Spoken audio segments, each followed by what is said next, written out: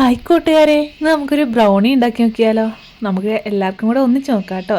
അതിനായിട്ട് ഞാനൊരു 150 gram dark കോമ്പൗണ്ടും 150 gram പഞ്ചസാര, 150 ഗ്രാം ബട്ടർ, അതേ അളവിൽ മൈദ, അതേ അളവിൽ മുട്ട, ഒരു 50 ഗ്രാം കൊക്കോ പൗഡർ. ഡാർക്ക് കോമ്പൗണ്ടിൻ്റെ കൂടെ ഞാൻ കുറച്ച് വൈറ്റ് കോമ്പൗണ്ടും കൂടെ ചേർത്തിട്ടുണ്ട് കേട്ടോ. നിങ്ങൾക്ക് അത് ഇഷ്ടമുള്ള പോലെ ചെയ്യാം. നിങ്ങൾക്ക് എങ്ങനെയാണോ ടേസ്റ്റ്, ഡാർക്കാണെങ്കിൽ ഡാർക്ക്, പിന്നെ അതിൻ്റെ ലൈറ്റ് കളറാണെങ്കിൽ അതങ്ങനെ, വൈറ്റ് ആണെങ്കിൽ വൈറ്റ്, അപ്പോൾ അതിനനുസരിച്ച് ടേസ്റ്റ് മാറും. അപ്പോൾ ഞാൻ ഇതിനകത്തേക്ക് നമ്മളെടുത്ത് വെച്ച ബട്ടർ മൊത്തമായിട്ടും ചേർത്തിട്ടുണ്ട്. പിന്നെ അത് മെൽറ്റ് ചെയ്തിട്ട് കൊണ്ടുവന്നു കേട്ടോ. മെൽറ്റ് ചെയ്യുമ്പോൾ ശ്രദ്ധിക്കണം, എടുക്കുന്ന പാത്രത്തിൽ വെള്ളം പാടില്ല. അതുപോലെ തന്നെ ഇത് ചെയ്യുമ്പോൾ ഇതിനകത്തേക്ക് വെള്ളം തെറിക്കാതെ നോക്കണം. വെള്ളം തെറിച്ചാൽ പിന്നെ അത് കട്ട കെട്ടിപ്പോവും. പിന്നെ വെള്ളവും കട്ടയും വേറെ വേറെ ആയിട്ട് വരും. പിന്നെ അത് പഴയ പരുവത്തിലാക്കിയെടുക്കാൻ ഭയങ്കര ബുദ്ധിമുട്ടാണ്. അപ്പോൾ അത് നല്ലോണം ശ്രദ്ധിച്ച് വേണം ചെയ്യാൻ.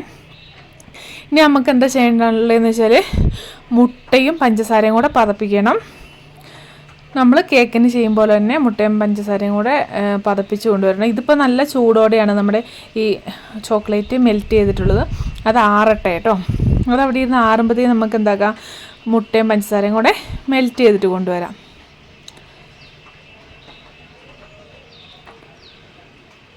ഇപ്പം ഞാൻ മുട്ടയും പഞ്ചസാരയും മെൽറ്റ് ചെയ്ത് കൊണ്ടുവന്നു. അപ്പോഴത്തേക്ക് ചോക്ലേറ്റൊക്കെ നല്ലോണം തണുത്തിട്ടുണ്ട്.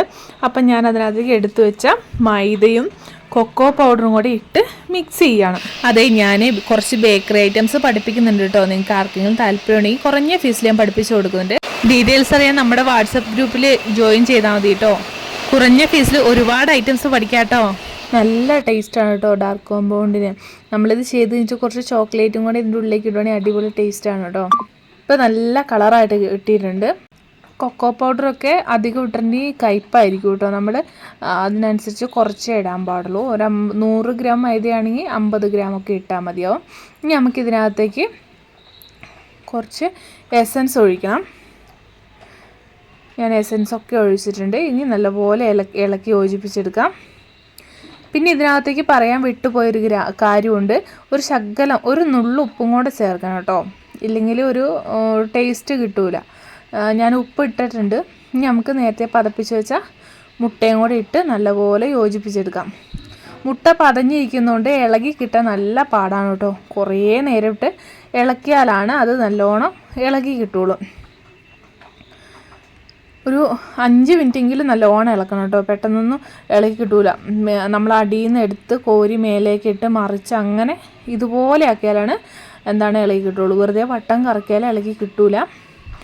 അപ്പോൾ ഇളക്കുമ്പോൾ ശ്രദ്ധിക്കണം. അപ്പോൾ നിങ്ങൾ ചെയ്യുമ്പം മേലെ മുട്ട ഇങ്ങനെ പറഞ്ഞിരിക്കണേ, അയ്യോ ഇത് റെഡി ആയില്ലെന്ന് വിചാരിക്കേണ്ട. അടിയിൽ നിന്ന് എടുത്ത് ഇങ്ങനെ ഇതുപോലെ മറിച്ച് ഇളക്കിയാലാണ് ഇതുപോലെ നല്ല കളറിൽ പതഞ്ഞ് കിട്ടുള്ളൂ.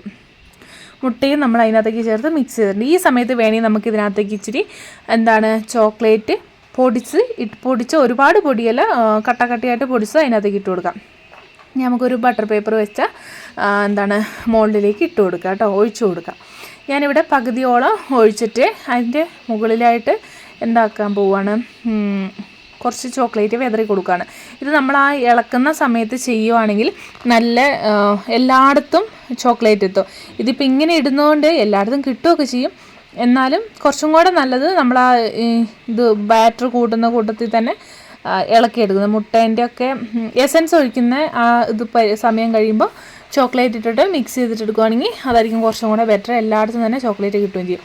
ഇതിപ്പോൾ ഞാൻ ഇങ്ങനെ ഇട്ടിട്ട് പകുതി ഒഴിച്ച് അതിൻ്റെ മുകളിലേക്ക് ചോക്ലേറ്റ് ഇട്ടു. പിന്നെ പകുതിയും കൂടെ ഒഴിച്ച് നല്ല പരുവത്തിലാക്കി എടുത്തിട്ടുണ്ട്. ഇനി ഒന്ന് നല്ലോണം എയർ കളയാൻ വേണ്ടിയിട്ട് ഒന്ന് തട്ടി ഓവനിൽ 20 മിനിറ്റ് കുക്ക് ചെയ്ത് കൊണ്ടുവന്നിട്ടുണ്ട്. ഓരോ ഓവനിലും ഓരോ ചൂടായിരിക്കും കേട്ടോ. എൻ്റെ ഓവനിൽ 20 മിനിറ്റ് 200 ഡിഗ്രിയിലാണ് കേക്ക് ഞാൻ ബേക്ക് ചെയ്തെടുക്കാറ്.